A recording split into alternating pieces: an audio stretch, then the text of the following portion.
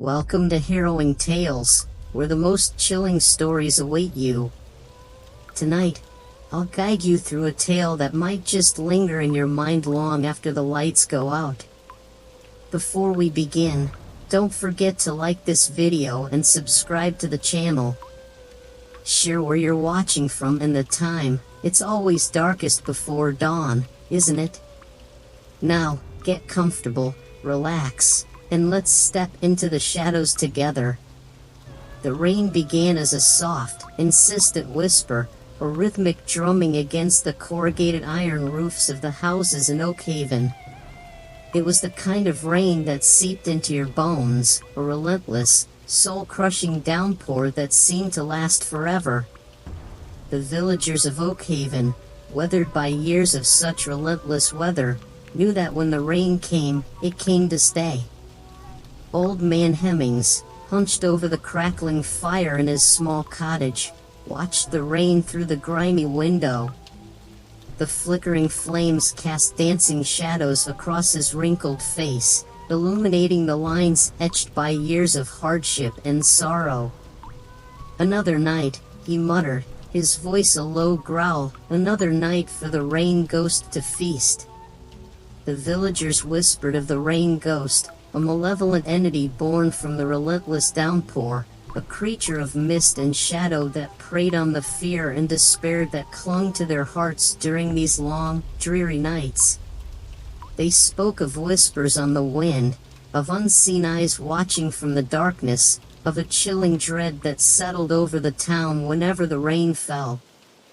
Young Lily, huddled under her blankets, listened to the storm raging outside. The wind howled like a banshee, rattling the windows and sending shivers down her spine.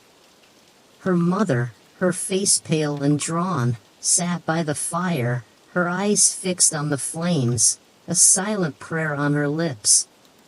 "Mama," Lily whispered, her voice trembling, "is the rain ghost real?" Her mother hesitated, then sighed. "There are things in this world, Lily, that we don't understand.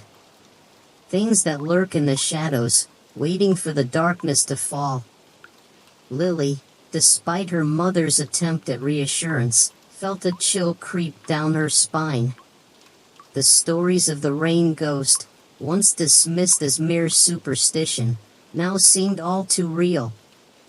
She imagined the creature lurking in the shadows, its eyes glowing with malevolent glee, waiting for the opportunity to strike. As the night deepened, the rain intensified, pounding against the windows like a relentless drumbeat. The wind howled, carrying with it the mournful cries of the creatures of the night. The power went out, plunging the village into darkness. Lily, huddled under her blankets, felt a wave of panic wash over her. The darkness, amplified by the storm, seemed to press in on her, suffocating her with its oppressive weight. She could hear the whispers now, faint at first, then growing louder, more insistent. They seemed to come from everywhere, from the walls, from the floor, from the very air she breathed. come out, wherever you are," the whispers hissed, their tone a chilling blend of amusement and malice. "The rain has come, and with it, the feast." Lily's heart pounded against her ribs, a frantic drumbeat echoing the rhythm of the storm. She tried to scream, but the sound was swallowed by the relentless downpour. Terror, cold and clammy, gripped her, paralyzing her with fear. Suddenly, the door to her room creaked open, a sliver of darkness seeping into the room. Lily gasped, her eyes wide with terror. She saw a figure standing in the doorway, its form obscured by the darkness. The creature raised its hand, its fingers long and skeletal, and beckoned her to come closer. "Come," it whispered, its voice a chilling caress. "The feast awaits." Lily, paralyzed with fear, could only watch in horror as the creature stepped closer, its eyes glowing with an eerie, malevolent light. The storm raged on, the rain lashing against the windows, a relentless, rhythmic beat that seemed to echo the pounding of Lily's heart. The villagers, huddled in their homes, listened to the storm, their hearts filled with dread. They knew that when the rain ghost came, it brought with it not just rain, but also fear, despair, and the chilling realization that some things were best left undisturbed, some secrets best left buried beneath the relentless downpour. And as the night deepened, the whispers grew louder, more insistent, promising a feast of fear, a banquet of despair, for those who dared to venture out into the storm. The next morning, the rain had stopped, leaving behind a trail of destruction. Trees lay uprooted, roads were washed away, and the once vibrant village was shrouded in a pall of gloom. But the most chilling discovery came with the dawn. Lily's room was empty. The bed was undisturbed, the blankets neatly folded. But Lily was gone, vanished without a trace. Fear, cold and clammy, gripped the villagers. They knew that the rain ghost had claimed another victim, that the storm had not just brought rain, but also death. And as they surveyed the damage, they knew that the rain ghost would return, stronger, more determined, waiting for the next storm, waiting for the next opportunity to feast. For in Oakhaven, the fear of the rain ghost was as real as the rain itself, a constant reminder that some things were best left undisturbed, some secrets best kept buried beneath the relentless downpour. The disappearance of Lily sent shockwaves through the small village of Oakhaven. Fear, once a distant whisper, now permeated every aspect of their lives. Children were forbidden to venture outside after dark, windows were boarded up, and the once vibrant community fell into a state of near paralysis.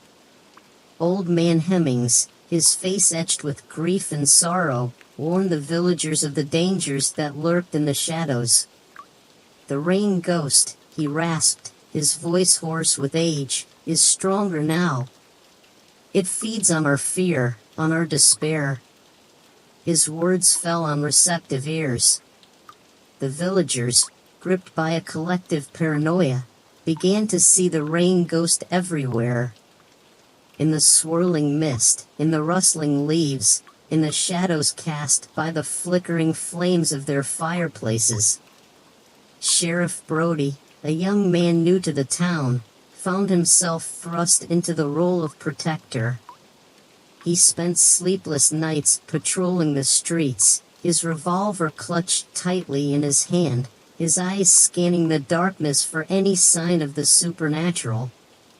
But he found nothing.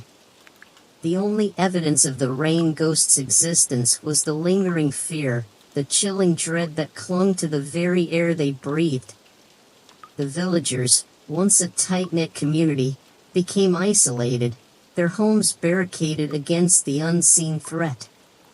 One night, while patrolling the outskirts of the village, Sheriff Brody heard it, a sound that sent shivers down his spine. It was a whisper, a chilling caress on the wind, a voice that seemed to emanate from the very heart of the storm. "Come," it whispered, its voice a seductive drawl, "come join the feast." Sheriff Brody, his heart pounding against his ribs, followed the sound.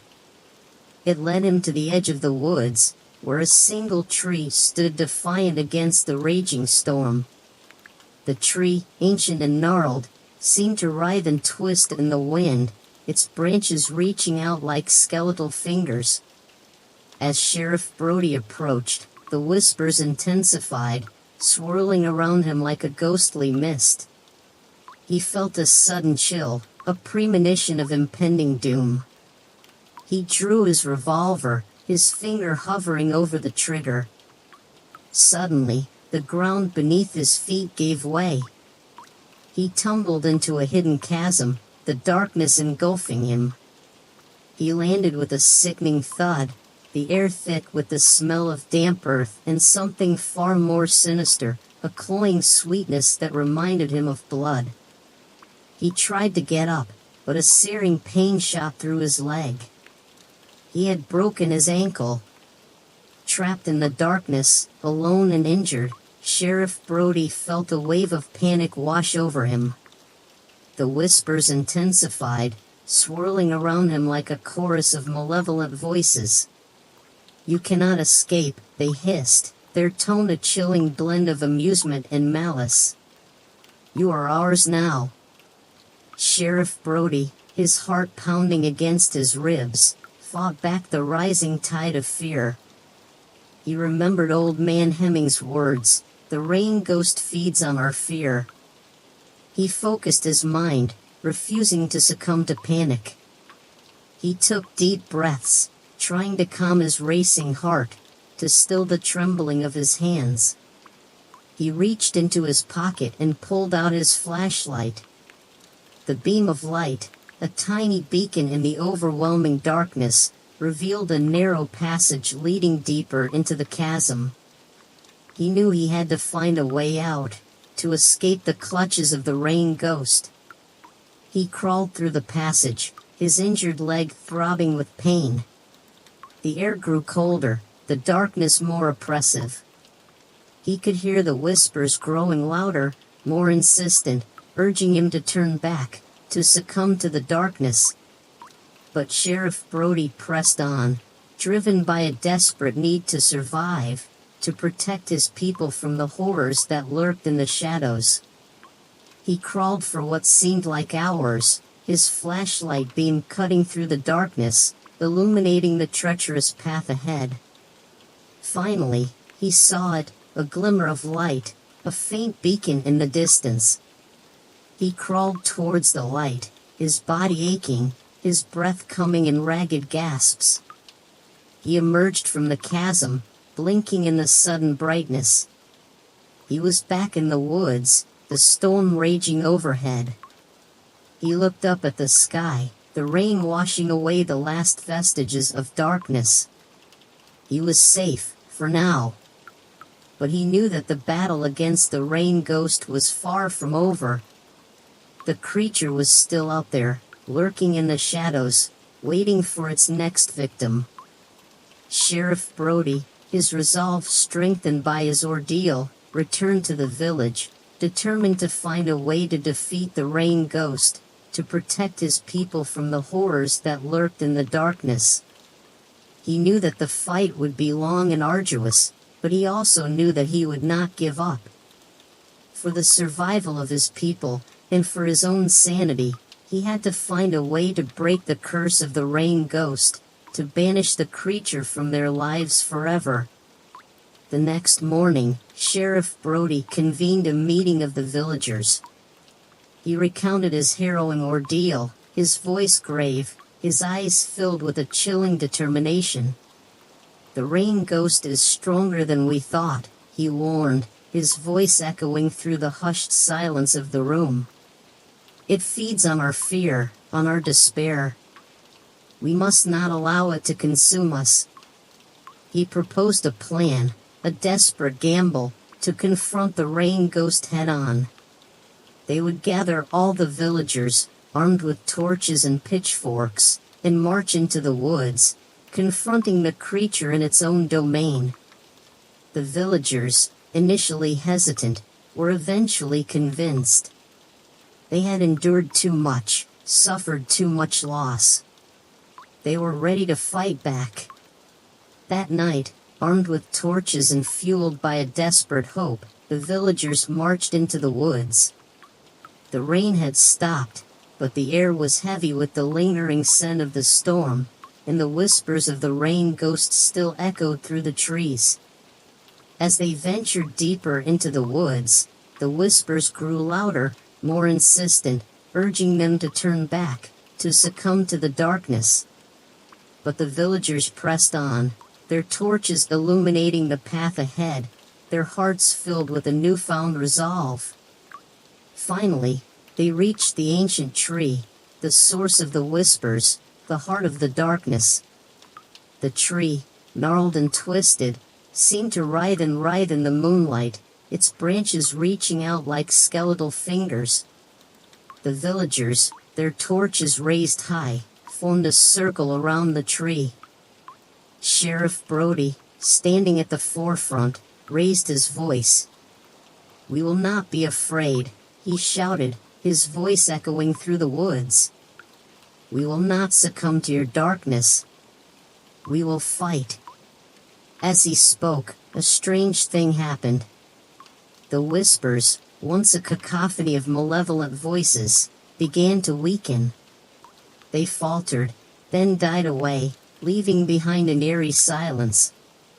The tree, deprived of the fear that had nourished it, began to wither, its branches drooping, its leaves turning brown and brittle.